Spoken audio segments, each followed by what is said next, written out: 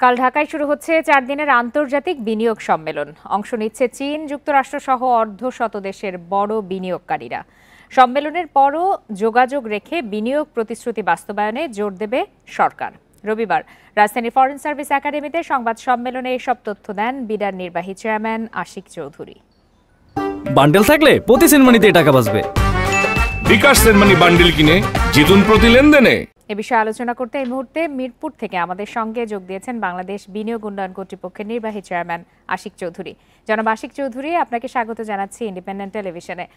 আপনার কাছে একটু প্রথমেই জানতে চাই যে আগামীকাল শুরু হচ্ছে বিনিয়োগ সম্মেলন, সেখান থেকে আসলে বিনিয়োগকারীরা কেন বাংলাদেশে বিনিয়োগ করতে আগ্রহী হবেন এবং সরাসরি বিনিয়োগ পাওয়ার কোনো সম্ভাবনা আছে কিনা আপনার মন্তব্য জানতে চাই।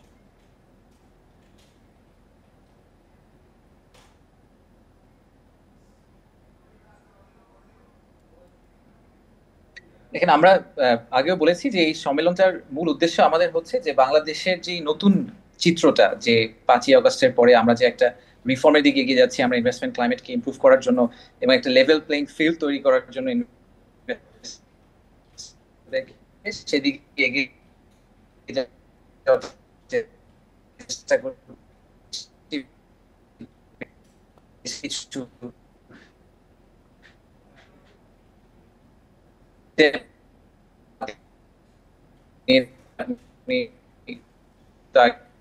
শুনে আমরা 3 মাসে 2035 সালের বা আজ থেকে 10 বছর পরে বাংলাদেশ দেখতে কিরকম হতে পারে সেরকম একটা ইমাজিনারি ভিউ তৈরি করার চেষ্টা করবো বেসড অন আমাদের যে স্ট্র্যাটেজিক রোডম্যাপ আছে। তো সেটার উপর ভিত্তি করে আমার বিশ্বাস যে ওনারা অ্যাটলিস্ট বাংলাদেশের প্রতি একটা নতুন করে আগ্রহ দেখাবেন এবং তারপরে আমরা সেটার উপরে দাঁড়িয়ে আসলে আগামী 12 থেকে 18 মাসে ওনাদের বেশ কিছু ইনভেস্টমেন্ট বাংলাদেশে ল্যান্ড করানোর চেষ্টা করবো।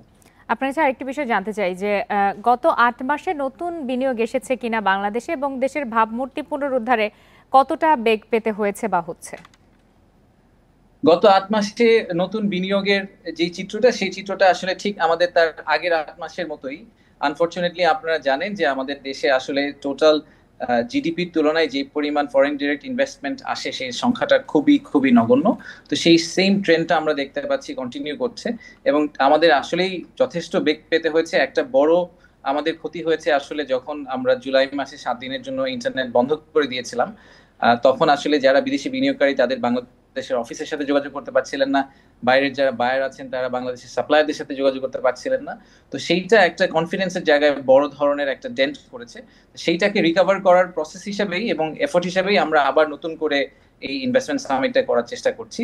আপনারা জানেন যে সেখানে আমরা স্টারলিংকের থ্রুতে ইনফ্যাক্ট আমরা পরশু না 9 তারিখে যে আমরা উদ্বোধনী অনুষ্ঠান করবো সেখানে স্টারলিংকের থ্রুতে আমরা আসলে একটা ডেমো করছি তাদেরকে এই কনফিডেন্সটা দেওয়ার জন্য যে আমরা আসলে অনেক বেশি প্রোগ্রেসিভ একটা আউটফিট হিসেবে অপারেট করছি এবং ভবিষ্যতে এরকম হওয়ার আর কোনো সম্ভাবনা নেই। নিঃসন্দেহে এটি তো আশার খবরই শোনাচ্ছে আমাদেরকে। আপনার কাছে আরেকটু জানতে চাই যে নতুন বিনিয়োগ না হলে তো নতুন কর্মসংস্থান হবে না, সেক্ষেত্রে অর্থনীতি কিভাবে ঘুরে দাঁড়াবে? আর যে অর্ধশতর উপরে বড় বিনিয়োগকারী আসছেন তাদের মধ্যে কত শতাংশ বাংলাদেশে বিনিয়োগ করতে আগ্রহী হবেন বলে আপনি মনে করেন? নতুন বিনিয়োগ না হলে নতুন কর্মসংস্থান হবে না, এই ব্যাপারটার সাথে আমি একবারই একমত। কারণ আমি আগেও বলেছি এটা যে আসলে সরকারি চাকরি দিয়ে তো আসলে আমাদের যে ইয়াং ওয়ার্কফোর্স তাদেরকে ফুললি অ্যালোকেট করা সম্ভব না, তাদেরকে অ্যাকোমোডেট করা সম্ভব না। ইনফ্যাক্ট প্রাইভেট সেক্টরকেই কিন্তু এমপ্লয়মেন্টের চাকাটাকে এগিয়ে নিয়ে যেতে হবে এবং অ্যাট দ্য সেম টাইম এই কারণে বিনিয়োগের ক্ষেত্রে যখন আমরা একটা বিনিয়োগকে অ্যাসেস করার চেষ্টা করি তখন আসলে আমাদের আসলে ডলার নাম্বারটার দিকে না তাকিয়ে নতুন জব ক্রিয়েশন নাম্বারটার দিকে তাকানো উচিত।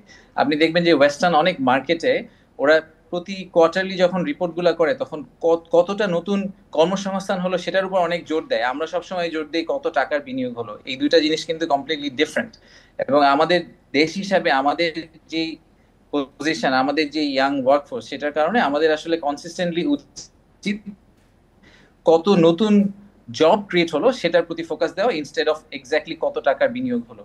তো আমার কাছে মনে হয় যে আমাদের যে 100-র উপরে ইনভেস্টর কোম্পানি যারা আসছেন তারা কিছু আছেন যারা বাংলাদেশে হয়তো কখনো অপারেট করেছেন, তারা এক্সপেনশনের কথা চিন্তা করছেন, অনেকে বাংলাদেশের দিকে নতুন করে তাকাচ্ছেন। আমি খুবই আশাবাদী যে একটা বড় অংশ আমাদের সাথে একটা কনস্ট্রাকটিভ এঙ্গেজমেন্টের দিকে যাবে। জি, জনাব আশিক চৌধুরী, আপনার কাছে আরেকটু জানতে চাই যে নতুন কর্মসংস্থানের কথা আমরা বলছি। সেক্ষেত্রে কারখানার জন্য প্রয়োজন জ্বালানি বা নিরবচ্ছিন্ন বিদ্যুৎ সরবরাহ। সেই সংকট কিভাবে সমাধান হবে আসলে বলে আপনি মনে ওভারনাইট করেন? হয় না যে একটা সম্মেলনে আসলেন আর ডিসিশন নিলেন ওনারা কয়েকশো মিলিয়ন ডলার ইনভেস্টমেন্ট। জ্বালানি উপদেষ্টা এবার সবাই খুব রিসেন্টলি কিন্তু কিছু বড় বড় স্টেপ নিয়েছেন এবং আমাদের আসলে আপনারা যেটা জানেন যে প্রায় অর্ধেক গ্যাস যেটা আমাদের মূল আসলে জ্বালানি সেটার অর্ধেক গ্যাস আমরা দেশ থেকে নিই, বাকি অর্ধেক বাইরে থেকে আসে এবং আমাদের ডলার ক্রাইসিসের কারণে আমরা বেশ কিছুদিন ধরে গ্যাস অর্ডার করতে পারছিলাম না। যেহেতু সেন্ট্রাল ব্যাংক এখন ডলার ক্রাইসিসটাকে মোটামুটি কন্ট্রোলে নিয়ে চলে এসেছে, খুব রিসেন্টলি ওনারা 4টা কার্গো অর্ডার করেছেন। আমি পার্সোনালি মনে করি যে আমাদের এই ক্রাইসিসটা আসলে এখন আস্তে আস্তে ভালোর দিকে যাবে। আর এই আমেরিকার সাথে যে আমাদের বেশ কিছু এঙ্গেজমেন্ট হচ্ছে তার মধ্যে কিন্তু একটা জ্বালানি জ্বালানি ইম্পোর্টের একটা বড় টপিক নিয়ে আমরা কথা বলছি। তো সেখান থেকেও আমরা দেখতে পাবো একটা সাবস্ট্যান্সিয়াল মুভমেন্ট এবং সেই মুভমেন্টের কারণে আমি মনে করছি যে ভবিষ্যতে ইনফ্যাক্ট 2025 শেষের থেকে বা 2026-এর প্রথম দিক থেকে আপনারা দেখবেন যে সিগনিফিকেন্টলি আমাদের এই এনার্জি সাপ্লাইয়ের ইমপ্রুভমেন্ট হয়েছে।